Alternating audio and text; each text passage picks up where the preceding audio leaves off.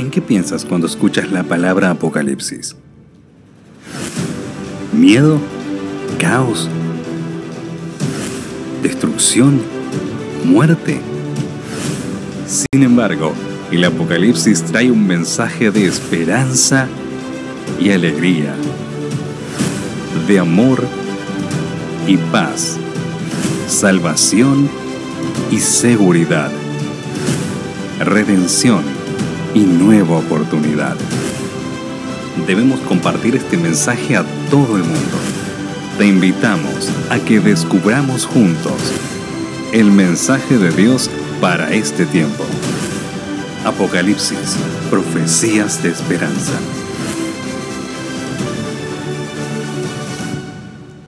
Cuán grande es, mis amigos, poder encontrar nuevamente para estudiar la palabra de Dios y sobre todo en este seminario de Apocalipsis de tanta relevancia y que tiene que ver con nuestra salvación.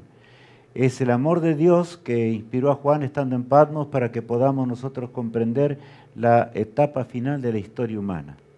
Que Dios nos bendiga, que Dios nos ayude para que podamos escudriñar, podamos aferrarnos y podamos ir adelante en la comprensión de las cosas eternas. El tema de hoy es buenas nuevas del Apocalipsis. Un tema hermoso, ¿verdad? Un tema que tiene que ver con nuestra... pareciera mentira, porque alguno me estará diciendo, pero ¿cómo puede ser si el Apocalipsis es de terror y trae... No, el Apocalipsis son buenas nuevas.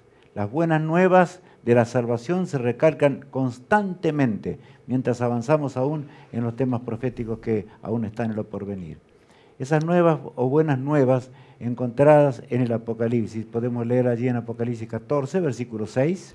Vi volar por en medio del cielo a otro ángel que tenía el Evangelio eterno para predicarlo a los moradores de la tierra, a toda nación, tribu, lengua y pueblo. Por en medio del cielo se ve, Juan ve en visión, 3 ángeles poderosos, el mensaje del Padre, del Hijo y del Espíritu Santo.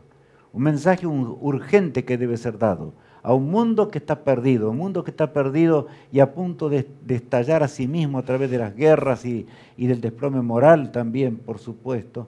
De manera que aquí Juan ve volar ese ángel, esos 3 ángeles poderosos con 3 mensajes enormes que el mundo debe entender, debe conocer, porque tiene que prepararse para el encuentro con el Rey del Universo. ¿No es maravilloso esto? Claro que sí, es maravilloso en gran manera porque Él nos ama mucho y quiere que andemos en los caminos de la salvación. Y leamos, Alicia, lo siguiente.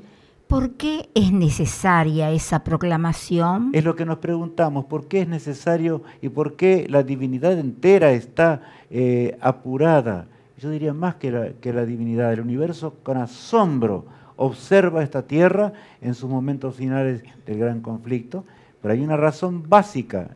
El apóstol Pablo en Romanos capítulo 3, el verso 23 dice lo siguiente. Por cuanto todos pecaron y están destituidos de la gloria de Dios. Bueno, un texto muy corto. Algunos pecaron, por cuanto todos pecaron. O sea que la herencia de pecado es terrible. La vamos a ver ahora a continuación. Continúa diciendo lo siguiente. Por tanto, como el pecado entró en el mundo por un hombre y por el pecado la muerte, así la muerte pasó a todos los hombres por cuanto todos pecaron. Todos pecaron. O sea, tenemos una herencia de pecado. Y ahí dice, por tanto como el pecado entró en el mundo por un hombre, y se refiere a Adán, cuando pecó, ¿verdad? Y se rebeló allí contra Dios en el jardín del Edén, Adán y Eva. Las sombras de la muerte llegaron a esta tierra. Ellos salieron del jardín en el cual se encontraban. Y ahora empezó la noche de la tristeza. Allí leemos en Romanos 3, versos 10 al 12. Como está escrito, no hay justo ni aun uno, no hay quien entienda, no hay quien busque a Dios. Todos se desviaron a una, se hicieron inútiles, no hay quien haga lo bueno, no hay ni siquiera uno. Analicemos al ser humano un instante, si no es así. No hay cosa buena, no hay quien sepa hacer el bien, todo está mal hecho. El plan de salvación fue dado para que podamos vivir para siempre, pero no en la condición en la cual nos encontramos. De manera que el mensaje es urgente. El tiempo se termina, porque Dios ha dado un tiempo en el cual el gran conflicto debe desarrollarse en esta tierra. y por lo tanto de acuerdo a las profecías. Sabemos que ese tiempo está llegando al fin, completamente al fin. Todos pecaron.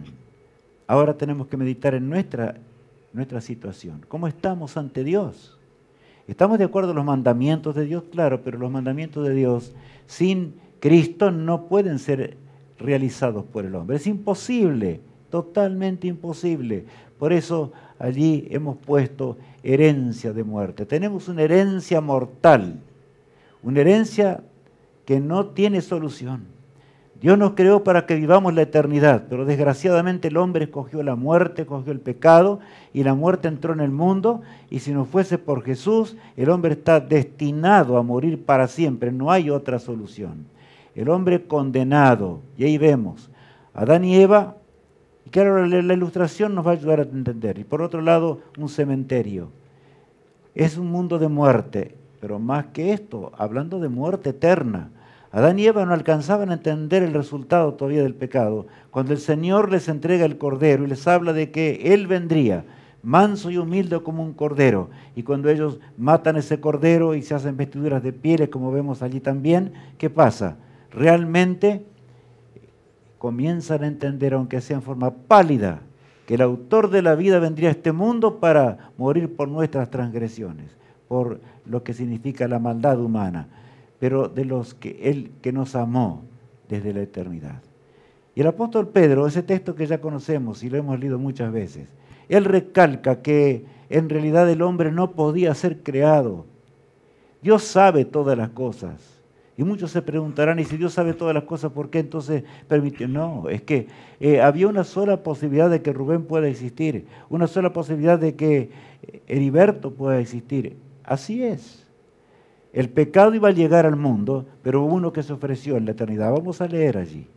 Sabiendo que fuisteis rescatados de vuestra vana manera de vivir, la cual recibisteis de vuestros padres, no con cosas corruptibles como oro o plata, sino con la sangre preciosa de Cristo, como de un cordero, sin mancha y sin contaminación, ya destinado desde antes de la fundación del mundo, pero manifestado en los postreros tiempos por amor de vosotros. Cuando el apóstol Pedro llegó a entender esto y fue imbuido por el Espíritu de Dios, él lo recalca una y otra vez, de diferentes formas y maneras, y el resto de la palabra de Dios también. En el Apocalipsis se recalca en una forma enfática esa realidad de que nosotros estamos condenados.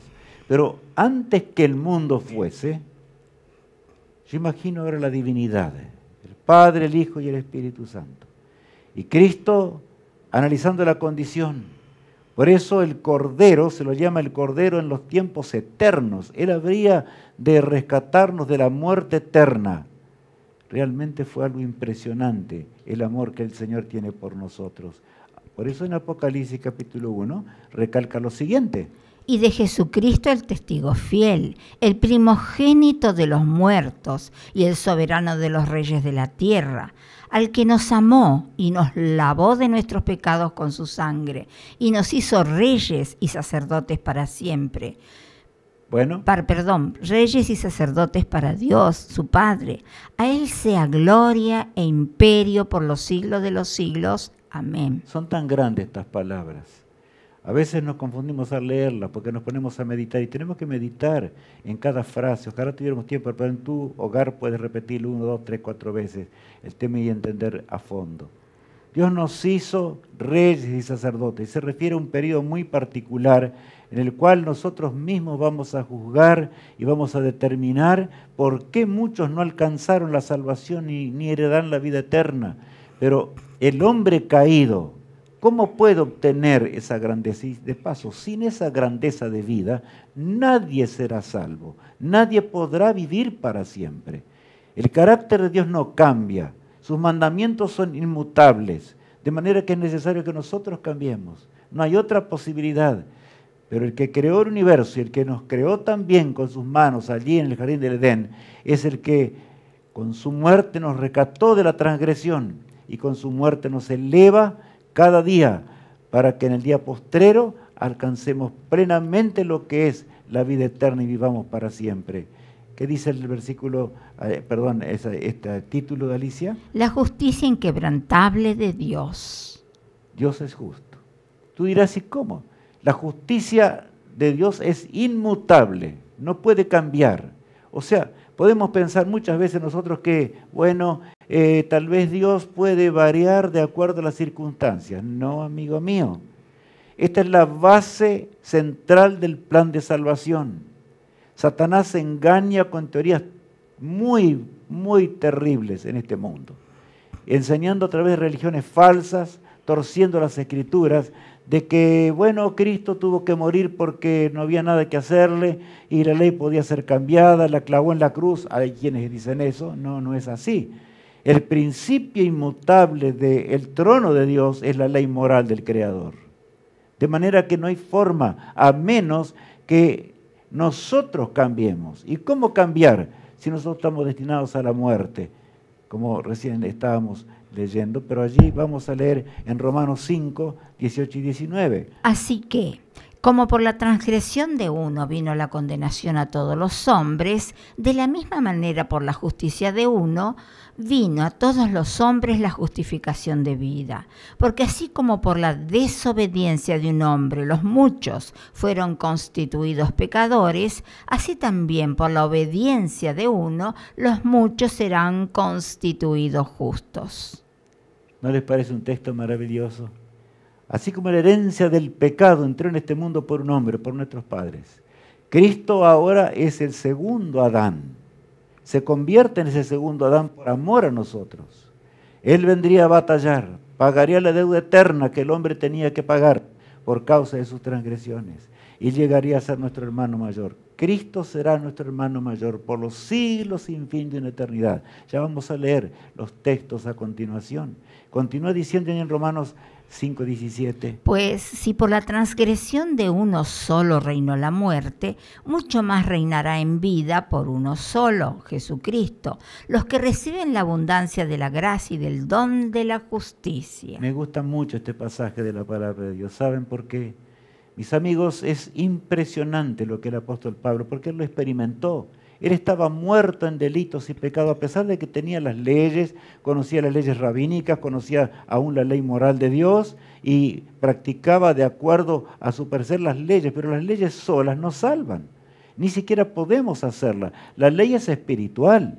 Fue dada, escrita en tablas de piedra, para que nosotros entendamos lo que es pecado simplemente, pero podemos tener el espíritu de esa ley en nuestros corazones si nosotros nos entregamos a Jesús. Por eso aquí agrega que por la sangre de Cristo llegaremos, si por Adán y Eva heredamos el pecado, cuánto más la justicia de Dios va a convertir al hombre, porque es Jesucristo ese hombre. Es el hombre que es humano y eterno a la vez. Yo no te puedo explicar acerca de eso. En la eternidad entenderemos cada día más estas maravillas. Solamente puedo aceptar por fe a Jesús. ¿Lo aceptas? ¿Lo aceptas de corazón realmente? Continúa diciendo el Salmo 85 lo siguiente. Ciertamente cercana está su salvación a los que le temen, para que habite la gloria en nuestra tierra. La misericordia y la verdad se encontraron, la justicia y la paz se besaron. La verdad brotará de la tierra y la justicia mirará desde los cielos. Hay una expresión del salmista que es hermosa en el versículo 9.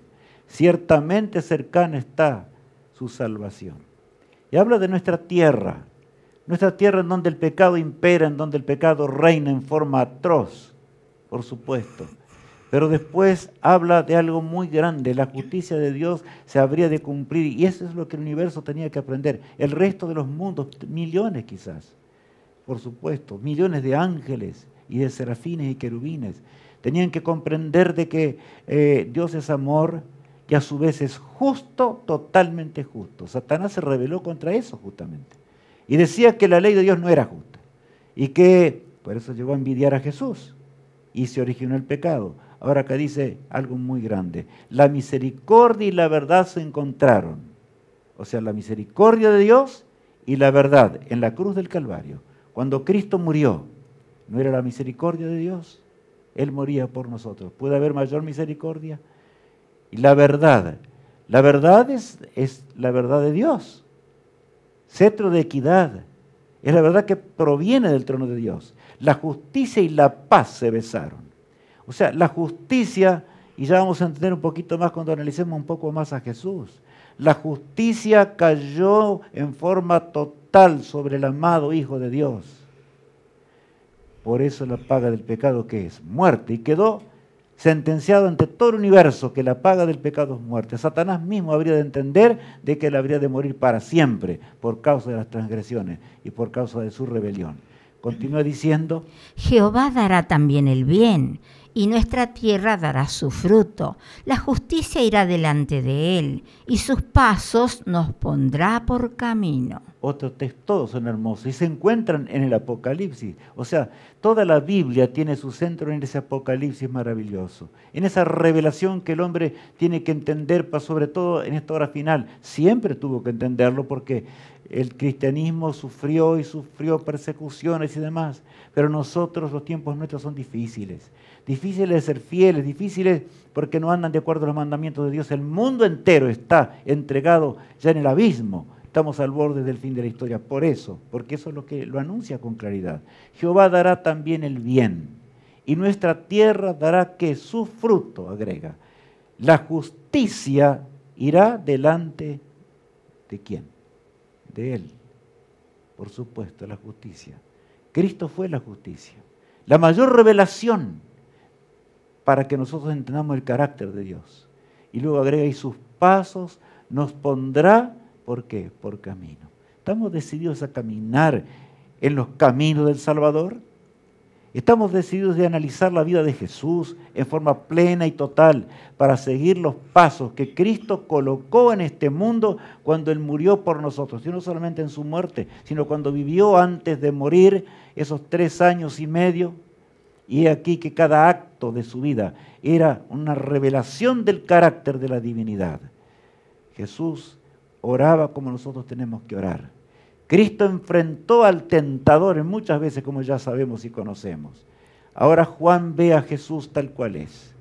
Juan, el discípulo amado que se recostaba muchas veces en el pecho de Jesús.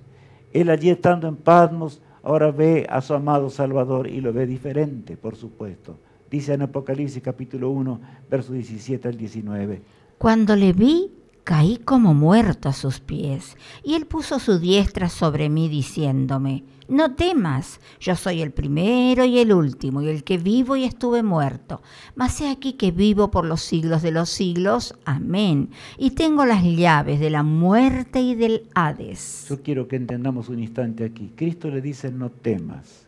Yo imagino a Juan específicamente mirando a Jesús. Cuando dice caí como muerto, está hablando de que en realidad no podemos saber exactamente, pero la muerte llegó sobre él. Nadie puede ver a Dios siendo pecador. Pero el Señor lo levanta y le dice: Juan, no temas. Yo soy el mismo en el cual tú reclinaste tu cabeza. Soy el mismo que me vistes en la cruz clavado. ¿Te acuerdas cuando la sangre caía en forma copiosa en ese día terrible? ¿Te acuerdas cuando la nube negra apareció entre truenos, donde la divinidad ocultaba mi última situación de muerte y muerte eterna? Porque Cristo gustó la muerte eterna en la cruz. Pero yo lo hice porque vivo por los siglos de los siglos. Yo soy el que morí y el que resucité. De manera que no temas, porque si tú me sigues vas a vivir para siempre. De manera que tenemos que tener temor de la muerte, tenemos que tener temor realmente al mal. No, lo que tenemos que tener temor es descarriarnos de los pasos de Jesús. Descarriarnos de la verdad eterna, no varias verdades. Quiero recalcar esto porque hay muchos que dicen: bueno, pero yo tengo esta religión. No se trata de religión, se trata de seguir la verdad de Dios. Dios tiene un pueblo, pero ese pueblo está formado si realmente sigue los mandamientos de Dios y tiene fe en Cristo en forma total y absoluta. Por eso agrega y dice lo siguiente: escribe las cosas que has visto y las que son y las que han de ser después de estas. Bueno, escribe las cosas que has visto. Y Juan, yo imagino que tal vez le tiembla la mano al escribir esas cosas. Escribe las cosas que has visto. Las que son en sus días, porque hubo realmente amargura, persecución de parte de los judíos, persecución después, habría muchos, 1260 años de horrenda persecución por parte del cristianismo, por parte de Roma también, y la Roma cristiana había de perseguir. Por lo tanto, el Apocalipsis alumbra. Cristo ahora estaba glorificado en el santuario celestial. Allí están las lámparas que indicaban que se encontraba en el lugar santo. Jesús, nuestro amado Salvador.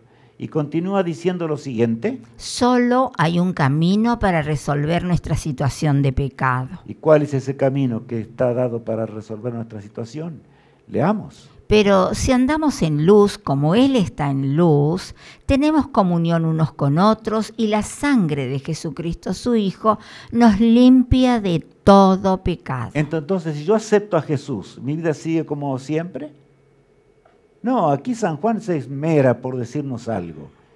Pero si andamos en luz, ¿cómo vamos a andar entre nosotros? En comunión, dice aquí.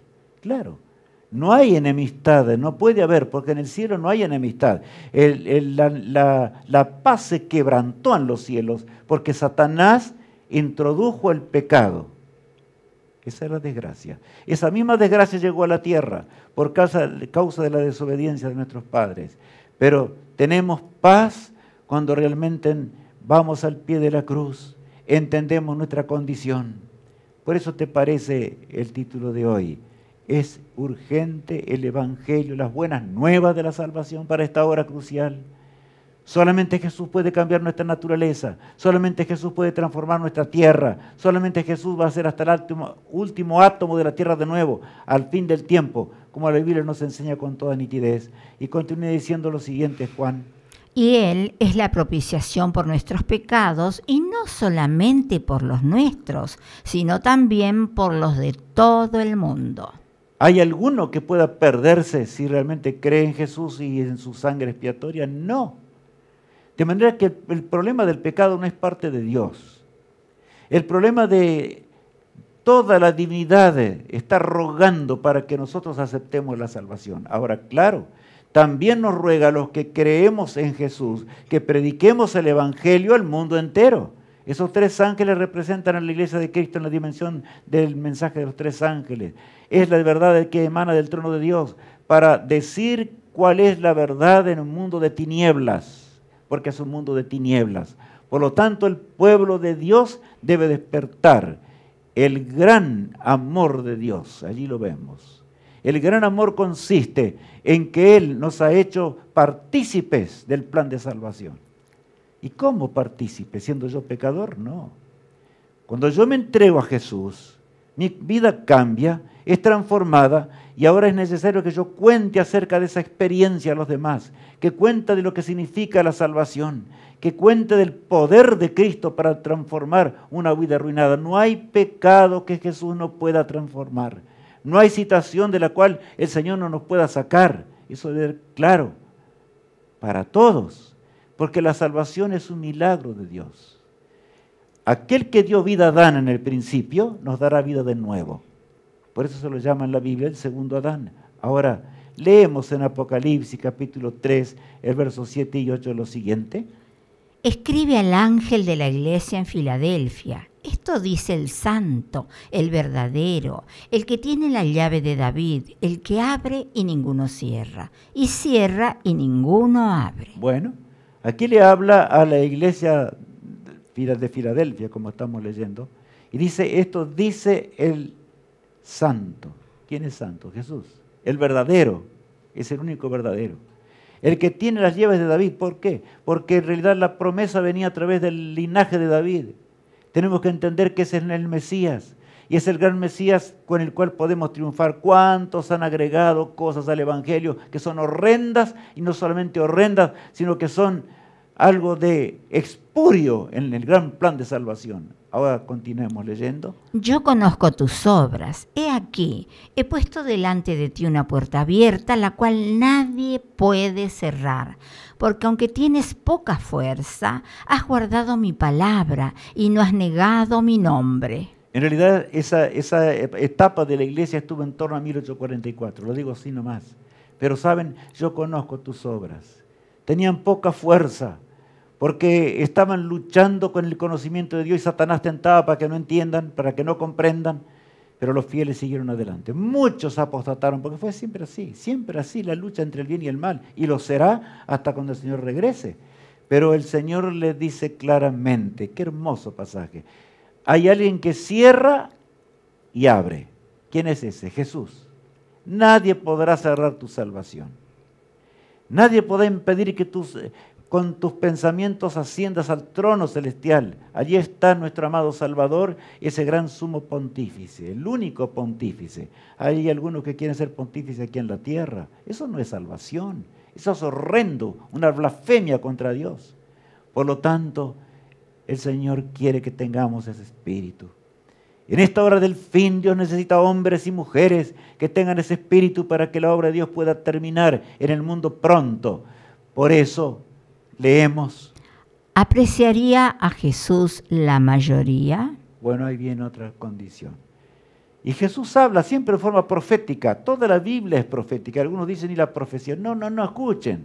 Toda la Biblia es profética, desde un extremo al otro. En algún momento más, en otros menos. Pero lo necesario para que nosotros seamos salvos. ¿Apreciarían a Jesús la mayoría de este mundo? ¿Qué dice ahí el profeta Isaías? ¿Quién ha creído a nuestro anuncio? ¿Y sobre quién se ha manifestado el brazo de Jehová? Subirá cual renuevo delante de él y como raíz de tierra seca. No hay parecer en él ni hermosura. Le veremos, mas sin atractivo para que le deseemos. El mundo no habría de desear a Jesús. Y de paso no habría de ser un gigante, no habría de ser un ser de belleza especial, ¿verdad? No habría de ser famoso y por eso Israel no quiso seguir a Jesús. Pero la profecía lo decía con mucha antelación. Cristo se entregó y vino a este mundo, dejó un trono eterno para sufrir en un mundo triste. El solo hecho de nacer de la Virgen María para Cristo era una tremenda rebaja. Vamos a usar este término para que entendamos mejor, porque es un ser eterno, es el que no tiene principio ni fin. Leíamos los pasajes anteriores. Él es el eterno. Ahora Jesús vino a predicar a quienes los pecadores, aquellos que no le entienden, aquellos que no le conocen, aquellos que no querían recibirle, pero él les hablaba con amor. ¿Cuántos escupieron su rostro? ¿Cuántos le desearon la maldición más grande? Pero continúa diciendo el profeta: despreciado y desechado entre los hombres, varón de dolores, experimentado en quebranto, y como que escondimos de él el rostro, fue menospreciado y no lo estimamos. Ese texto es muy grande y a mí me emociona. Despreciado y desechado entre los hombres, varón de dolores, experto en los dolores. ¿Qué dolores? Tú conoces los dolores de la muerte de Jesús, pero van mucho más allá, sino que despedazaron la mente de Jesús. Ya vamos a ver acerca de ello enseguidita. La carga de nuestros pecados quitó la vida a Jesús. No fueron los clavos. Jesús no se desangró en la cruz del Calvario y por eso se murió. No, Él murió. ¿Por qué? Porque las transgresiones nuestras eran enormes. El peso del pecado. Isaías 53:6 lo dice. Todos nosotros nos descarriamos como ovejas, cada cual se apartó por su camino, mas Jehová cargó en él el pecado de todos nosotros. Vuelvo a repetirte, hay condición de la cual Cristo no te pueda sacar. No, mi amigo. Jesús nos sacará de toda especie de pecado, pero tenemos que entregarnos a Él. Todos nosotros nos descarriamos, todos somos pecadores, dice el apóstol Pablo. Nos descarriamos, cada uno siguió su propio camino. Por eso le vuelvo a repetir, cuidado con seguir caminos que se alejan de la palabra de Dios. Cuidado si algún predicador desde el púlpito y lo usa para predicar cosas que no están en la palabra de Dios. No creas, porque solamente lo que está en la palabra de Dios es la verdad, porque emana del Espíritu Santo, que fue el que engendró a Cristo también y también condujo en las profecías, en la revelación de las Sagradas Escrituras. Leamos ahora Isaías 53. Con todo eso, Jehová quiso quebrantarlo, sujetándole a padecimiento. Cuando haya puesto su vida en expiación por el pecado, verá linaje, vivirá por largos días, y la voluntad de Jehová será en su mano prosperada. Verá el fruto de la aflicción de su alma y quedará satisfecho. Por su conocimiento justificará a mi siervo justo a muchos y llevará las iniquidades de ellos. ¿Qué te parece, me digo, este pasaje? Él verá realmente lo que significó la muerte de él. Fue un sufrimiento que lo llevó a la muerte en forma total. Él murió, y ya en el Getsemaní hubiese muerto, ya vamos a ver enseguidita, si no hubiese sido porque el cielo intervino y le dio fuerzas. Él aún rogaba para que pueda ser disminuida la culpabilidad. Que Jesús ahí tuvo que sentir el peso enorme del pecado de todo un mundo pecaminoso. Así fue. Nos amó de tal manera. Por lo tanto, cuando Él en la eternidad nos vea, Él habrá de gozarse en gran manera. ¿Por qué? Dice aquí la palabra de Dios, es muy claro. Verá el fruto de la aflicción de su alma y quedará satisfecho. Cuando Él te vea a ti, cuando Él me vea a mí, ahora ya destinados a vivir para siempre, por los siglos de los siglos de los siglos, para siempre, no escapa nuestra mente, quedará satisfecho Jesús. No fue en vano mi muerte. No fue en vano porque Él nos trajo a la salvación. Ahora leemos. Y él se apartó de ellos a distancia como de un tiro de piedra, y puesto de rodillas oró diciendo: Padre, si quieres, pasa de mí esta copa, pero no se haga mi voluntad sino la tuya. Y se le apareció un ángel del cielo para fortalecerle. Bueno, aquí solamente está la ilustración en la pantalla para que nosotros tengamos una idea. Estaba en el Getsemaní, aún los discípulos estaban rodeados de un estupor de muerte. Por eso no pudieron velar cerca de Jesús. Pero la Biblia dice claramente que Él se apartó y rogaba al Padre: Padre mío, si es posible, pase de mí esta copa. Pero el Señor continuó diciendo: no se haga mi voluntad sino la tuya. Por lo tanto, sí tenemos nosotros también que entender. Cristo estaba estaba resuelto a entregarse completamente, resuelto a morir por nuestras transgresiones. Estamos decididos nosotros a seguir a Jesús, al amado Salvador. Por eso dice así: Y estando en agonía, oraba más intensamente, y era su sudor como grandes gotas de sangre que caían hasta la tierra. Entonces las gotas de sangre no salieron por los clavos de los romanos. Salieron antes, salieron en el Getsemaní. La agonía tremenda mental que Jesús sentía por el peso del autor del mal y nuestras transgresiones, que Satanás con todos los ángeles lo rodearon y le decían: estás perdido, no hay nada que hacerle. Cristo exclamaba, como vimos recién, se veía la sangre caer allá en el Getsemaní por nuestras transgresiones. Por eso el mundo necesita este evangelio. Por eso él necesita el único evangelio eterno. Un ángel lo fortaleció para que llegase a gustar la muerte en la cruz. No había otra manera. Leamos. Levántate, oh espada, contra el pastor y contra el hombre, compañero mío, dice Jehová de los ejércitos. Hiere al pastor y serán dispersadas las ovejas. Así pasó. Zacarías, muchos siglos antes que Cristo viniera al mundo, ya había dicho y había pronosticado. Cristo, aún Jesús, se acordó de esos pasajes cuando el Padre le dijo: no hay posibilidad de cambio en el plan de salvación, porque las leyes de mi trono son el cetro de equidad. De lo contrario, Satanás haría en el conflicto. Levántate, oh espada, contra el hombre, ¿qué dice allí? Contra el pastor, contra el hombre compañero mío. De manera que esto se cumple en forma tajante. Cuán grande es el plan de salvación, cuán grande es nuestro Padre Celestial. Realmente el pueblo de Dios tiene un zarandeo por el cual pasar, por supuesto, así como Jesús lo tuvo también. Leamos. El remanente zarandeado que será salvo. Y acontecerá en toda la tierra, dice Jehová, que las 2/3 partes serán cortadas en ella, y se perderán, mas la tercera quedará en ella. Este texto es impresionante, es profético. Yo no voy a poner a todas las explicaciones acá porque no podríamos, pero es notable. En el cielo, la 1/3 parte de los ángeles de Dios pecaron y se unieron en la rebelión contra el trono de Dios, y Dios tuvo que expulsarlos. Y en este mundo, acá dice algo: la 1/3 parte es una forma figurada de decir, la minoría va a ser salva, pero va a llenar ese hueco vacío en los cielos que quedó cuando Lucifer pecó y se alejó del Todopoderoso. Continúa diciendo: Y meteré en el fuego la tercera parte y los fundiré como se funde la plata y los probaré como se prueba el oro.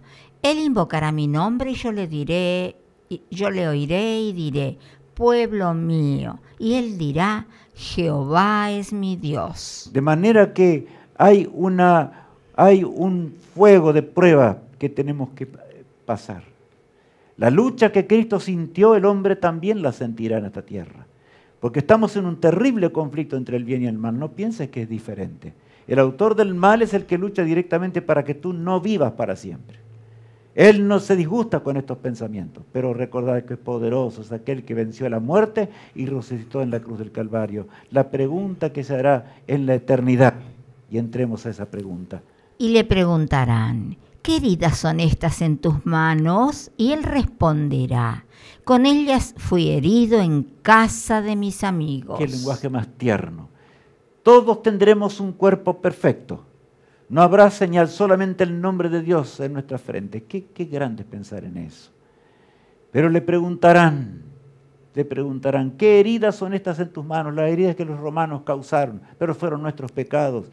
Las cruentas señales en la cruz de la corona de espinas y las cruentas señales de la cruz en sus pies y el lanzazo romano permanecerán por la eternidad, a pesar de la gloria del Eterno. Él es nuestro hermano mayor. Por eso nunca más se levantará el pecado. Y continúa diciendo el profeta. Ahora Apocalipsis. Después de esto miré, y aquí una gran multitud, la cual nadie podía contar, de todas naciones y tribus y pueblos y lenguas, que estaban delante del trono y en la presencia del Cordero, vestidos de ropas blancas y con palmas en las manos, y clamaban a gran voz diciendo, la salvación pertenece a nuestro Dios, que está sentado en el trono, y al Cordero. Ahora la multitud de los salvados en la eternidad ve realmente ¿a quién? Ve al Padre y al Cordero, para que nosotros entendamos. No es que va a estar el Cordero así, sino que será Jesús el que es nuestro hermano mayor. Aquel que venció la muerte y se entregó a sí mismo para que tú y yo podamos vivir eternamente. Y cuán grande es poder pensar en esto. Nosotros miraremos ese cuadro mientras las arpas de Dios y los coros celestiales canten y alaben al Eterno, en ese glorioso día al cual estamos destinados, a menos que nosotros queramos cambiar nuestro destino, porque así puede ser. Hay seres humanos que cambian realmente la salvación por las cosas míseras de esta vida. El texto continúa diciendo, por esto están delante del trono de Dios y le sirven día y noche en su templo. Y el que está sentado sobre el trono extenderá su tabernáculo sobre ellos. Ya no tendrán hambre ni sed, y el sol no caerá más sobre ellos ni calor alguno. Y saben, esa es la realidad. El Señor nos habla claramente para que entendamos. Y nos habla muy de cerca para que tú y yo seamos salvos. Él es nuestro pastor. El que está en el trono, el Cordero, habrá de pastorear a su grey, a su pueblo, por los siglos de una eternidad. ¿Qué figura más hermosa? ¿Puede haber alguna figura más grande que esta? Continúa diciendo allí.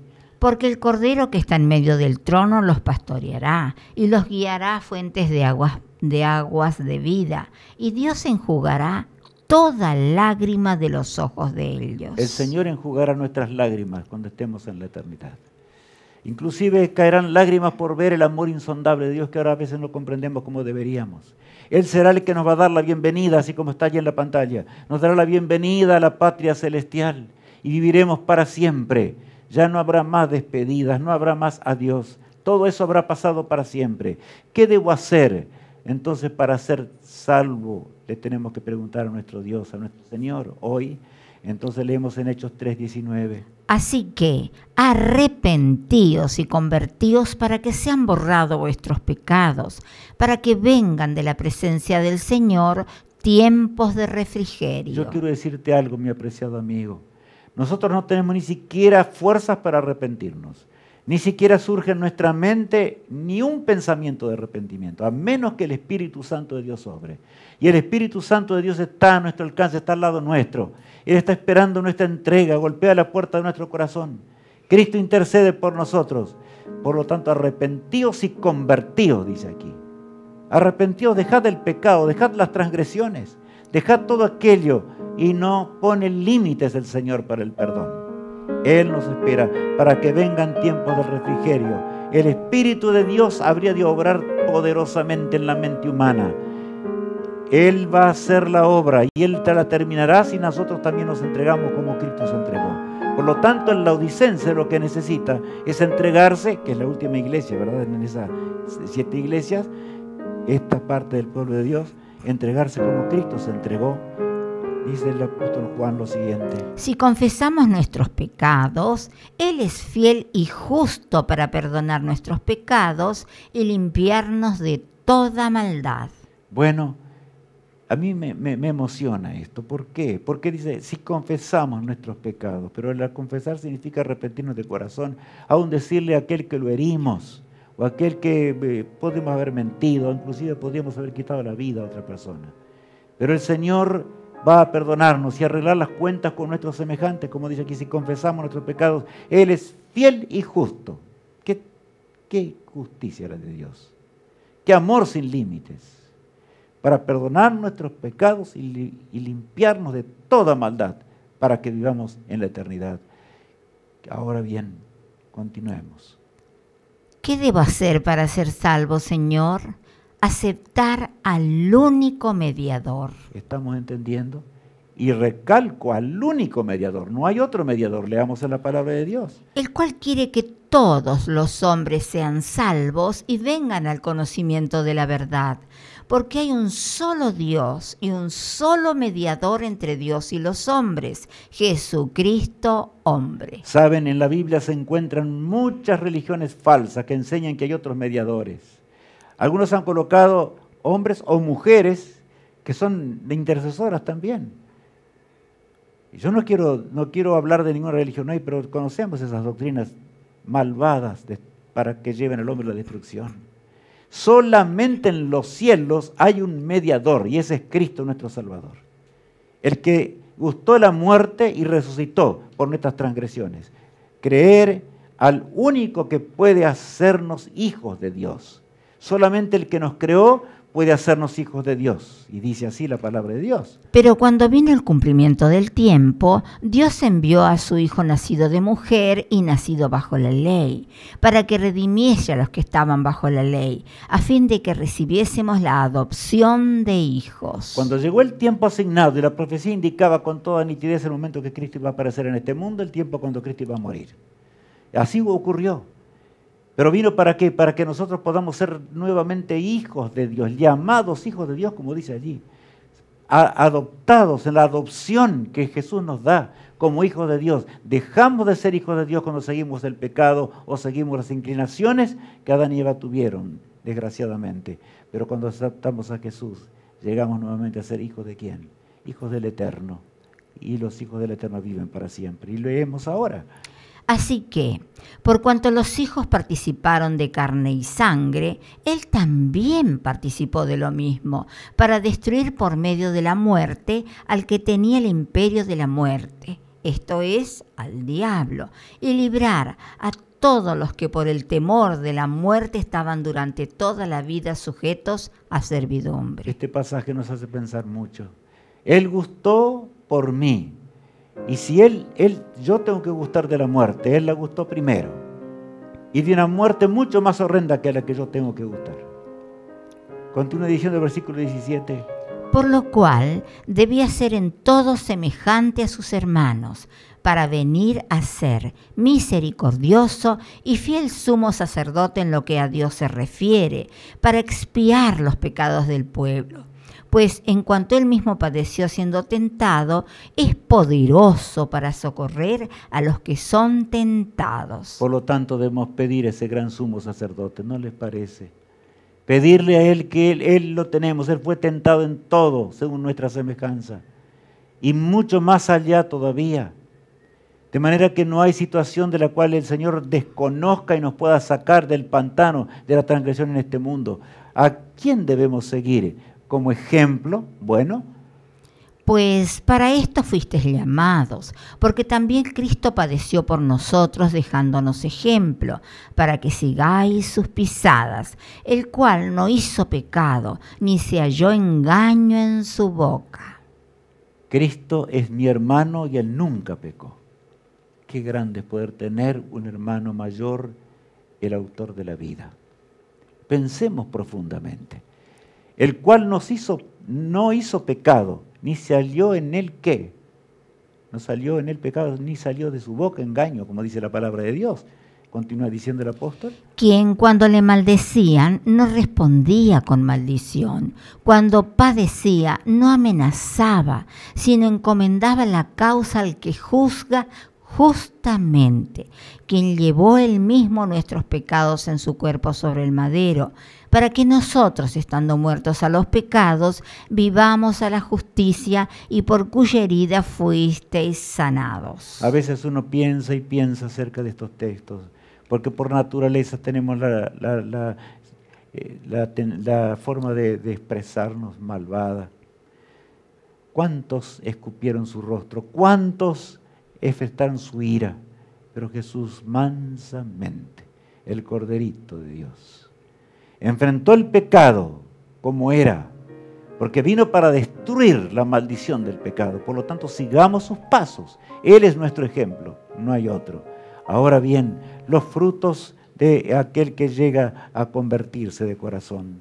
Por tanto, amados míos, como siempre habéis obedecido, no como en mi presencia solamente, sino mucho más ahora en mi ausencia, ocupaos en vuestra salvación con temor y temblor. El apóstol Pablo le habla a los filipenses, aquellos que, y se estaba despidiendo de ellos. Y ahí da a entender algo, como que tenían, podían portarse bien o andar mejor mientras el apóstol Pablo estaba predicando, pero después que él se iba, dice, bueno, que siga así vuestro comportamiento. La conversión sigue siendo fiel al Creador, no importa dónde nos encontremos, no importa quién esté ante nosotros. Esa es la grandeza del poder de la salvación. Este es el Evangelio, las buenas noticias que aparecen en Apocalipsis cuando leíamos recién, ¿verdad? Y ahora continuamos. Porque Dios es el que en vosotros produce así el querer como el hacer por su buena voluntad. Ahora, ¿tengo yo poder para cambiar por mi naturaleza? No. Dios es el que produce el querer como el hacer, dice. Gracias a Dios que esto es así. Porque de lo contrario jamás podríamos llegar a pensar en la eternidad. Y encararíamos una muerte y un sepulcro eterno. Y en esta vida nos iría horrendamente mal. Gracias a Jesús. Aquel que dio su vida para que nosotros podamos heredar la salvación, el llamado de nuestro amante Salvador. Un llamado muy tierno. Por eso allí aparece en Apocalipsis, en este seminario tan hermoso. Apocalipsis capítulo 3, el verso 20 al 22. He aquí, yo estoy a la puerta y llamo. Si alguno oye mi voz y abre la puerta, entraré a él y cenaré con él y él conmigo. Él habla de la cena que se llevará a cabo en los cielos cuando lleguemos a la patria celestial. Lo primero que va a hacer Jesús es extender esa vasta, enorme mesa de kilómetros que fue revelada por Dios. Y habrá de servirnos y los santos ángeles habrán de cantar. ¿Qué será ese día? Yo quiero estar contigo en ese día. Quiero que nos gocemos para siempre. El verso 21 agrega: al que venciere, le daré que se siente conmigo en mi trono, así como yo he vencido y me he sentado con mi Padre en su trono. Jesús nos habla: lucha, Rubén. Acuérdate de mis sufrimientos. Yo vencí a pesar de todo. Si no tienes fuerza, y no la tengo, como tú tampoco la tienes, debes doblar tus rodillas y decirle: Señor, dame esas fuerzas. Y Jesús no nos va a negar. Él nos dará las fuerzas para vencer al tentador, al autor del pecado. Pero el versículo 22 agrega algo muy importante. El que tiene oído, oiga lo que el Espíritu dice a las iglesias. Corto el texto, ¿verdad? El que tiene oídos, oiga lo que el Espíritu dice a las iglesias. Y habla del que tiene oídos para escuchar las cosas de Dios. Si nosotros no queremos, el Señor creó al hombre con libre albedrío. Si no queremos ser salvos, si no queremos tener el carácter de Cristo en nuestra vida, si no queremos andar en los mandamientos de Dios y hacer la voluntad de Dios, si no nos gozamos acá en la tierra, ¿podremos gozarnos en una eternidad? No. Por lo tanto, no seamos necios en nuestra forma de pensar. El que tiene oídos para oír, oiga lo que el Espíritu Santo, dice a todas las iglesias a través del tiempo, al pueblo de Dios. Por lo tanto, yo veo a Jesús ahora golpeando a la puerta de mi corazón, como leíamos recién, para que me arrepienta, deje las transgresiones a un lado, deje aquello que no es de Dios, aquello que por supuesto no tiene nada que ver con las cosas eternas. Este cuadro emana, y el pintor lo pintó así, es una puerta que se abre solamente del lado de adentro, afuera no hay cómo abrirla, porque indica el libre albedrío del ser humano. Jesús dice, aquí yo estoy a la puerta y llamo. Solamente Cristo puede llamar a mi conciencia, llamar a mi inteligencia. Los hombres matan, roban, mienten, entran en guerra, mueren en cantidades. Mas el Espíritu de Dios te llama para que dejemos un mundo pecaminoso y heredemos la vida eterna. Este es el mensaje que necesitan los reyes de la tierra. Este es el mensaje que necesitan los gobernantes del mundo. Este es el mensaje que necesitan aquellos aún pobres víctimas de tantas cosas en esta vida y no entienden lo que es la vida eterna. Por lo tanto, descansa sobre nosotros el llevar el golpe que Cristo realiza, ese golpecito a la puerta del corazón del perdido. Hay un conflicto, un enorme y terrible conflicto allí, ¿verdad? Por eso vemos esa lámina impresionante. Cristo lucha con Satanás, y si nosotros decimos, Señor, vence en mi vida, Satanás tendrá que alejarse, porque Satanás es un ser vencido. Perdió la batalla en la cruz del Calvario y nunca más ganó una batalla, ni la ganará. Si tan solo queremos entregar nuestra vida a Jesús y vivir así por los siglos sin fin de una eternidad. Ahora, realmente sentimos el deseo de abrazar a Jesús.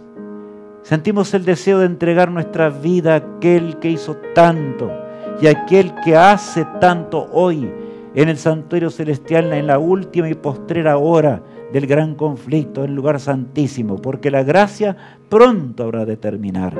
Satanás lo sabe muy bien, por lo tanto lucha contra nosotros, lucha contra el pueblo de Dios y lucha de tal forma, porque si él podría, trataría de vencernos y vencernos para siempre, para que no seamos salvos. Pero mis amigos, escuchemos el ruego de nuestro Cristo amante, el ruego de aquel que nos amó desde antes que el mundo fuese, el ruego de aquel Cordero que cuando decidió crear al hombre, tal vez hubo un silencio en el momento cuando ante el Padre y el Espíritu de Dios en aquel concilio celestial, y de paso Satanás se llenó de furia porque él no había sido invitado a ese concilio, solamente la divinidad era la que puede crear. Y la divinidad decidió crear a Rubén, decidió crear a Alicia, decidió crear a Matías, decidió crear a Mariano, así podríamos seguir. Decidió crearte Roberto, decidió crearte. Por lo tanto, no seamos aminorados. Frente a las pruebas tremendas que tenemos que pasar, toda especie de pecado y desgracia que hay en este mundo, tanto pecado, ¿verdad? Decimos. Tal vez tocó tu familia y te sientes atribulado, a punto de desmayar. Entrégate en las manos del Maestro y tendrás poder para vencer tú y tu ser amado. Y tan solo confías en aquel que nos amó desde antes que el mundo fuese. Ahora leemos a continuación. A nosotros nos toca escoger entre la vida y la muerte. Creo que la lámina que veíamos recién era suficientemente clara, ¿no es así? A nosotros nos toca elegir entre la vida y la muerte. No hay forma de ser salvo porque otro quiera salvarse. Y como han enseñado durante miles de años el pecado, Satanás, no es que nos salvemos por las obras. No, ni con oro, ni con plata, ni con todo el oro del mundo tú podrás salvarte. Solamente a nosotros, si tan solo queremos abrir la puerta y entregarnos a Jesús. Estas son las buenas nuevas del Apocalipsis. Estas son las buenas nuevas de la palabra de Dios. Estas son las noticias más grandes. Puede haber una noticia mayor que esta, que podamos heredar la vida eterna y podamos ser salvos y vivir por los siglos sin fin. Allí en Deuteronomio capítulo 30 y el verso 19 dice algo muy grande, y yo voy a contarles el contexto dentro de un ratito, pero leamos el texto antes. A los cielos y a la tierra llamo por testigos hoy contra vosotros, que os he puesto delante la vida y la muerte, la bendición y la maldición. Escoge pues la vida para que vivas tú y tu descendencia. Bueno, saben, este texto tiene un contenido sumamente profundo.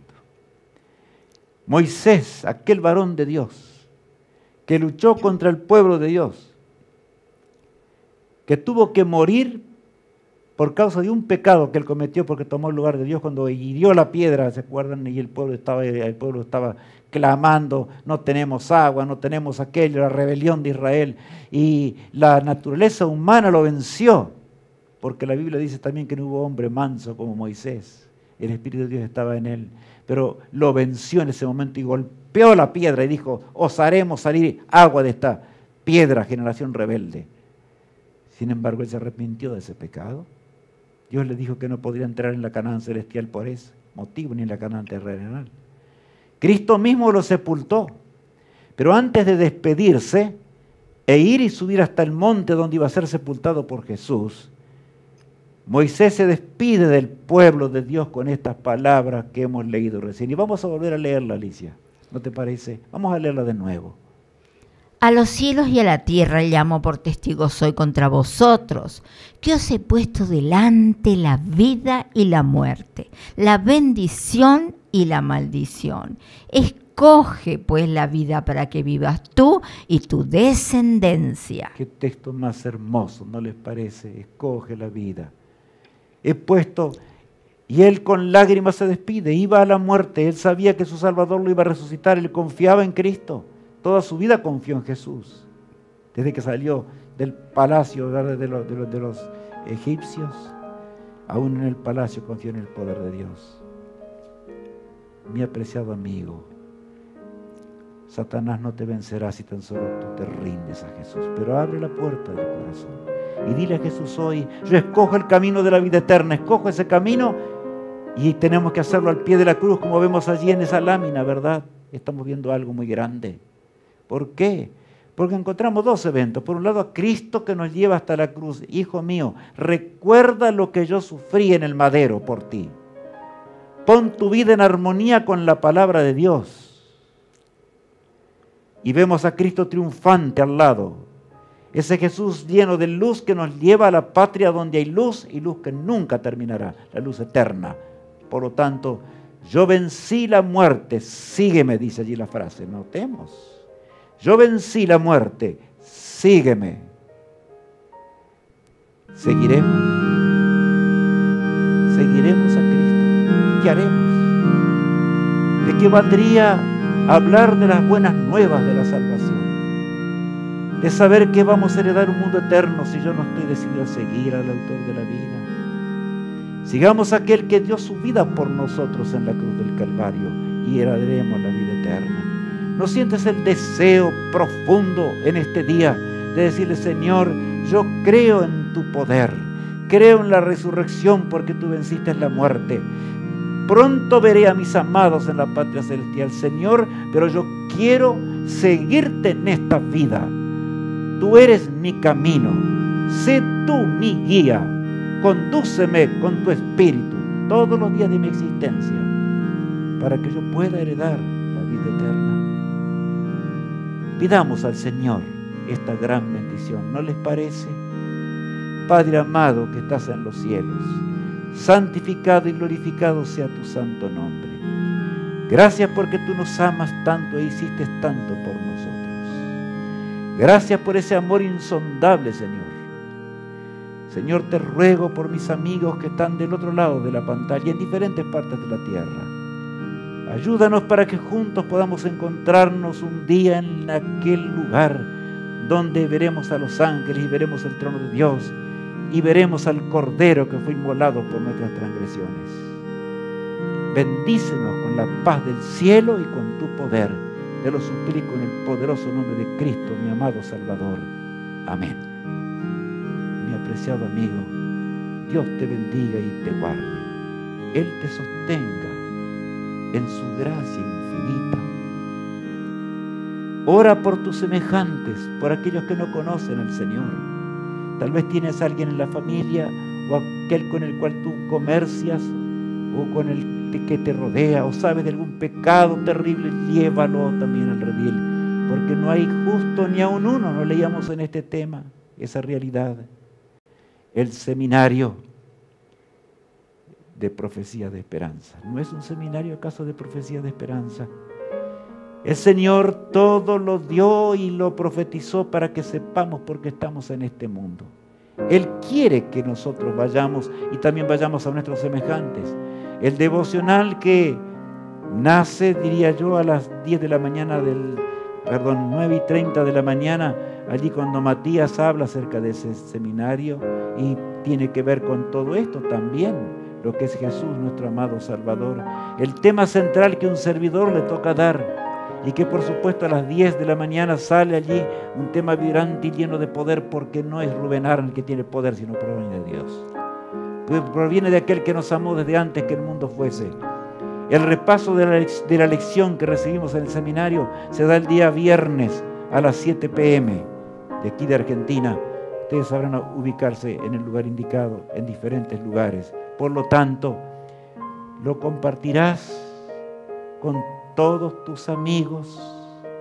Jesús espera de nosotros en esta hora tardía del fin del conflicto.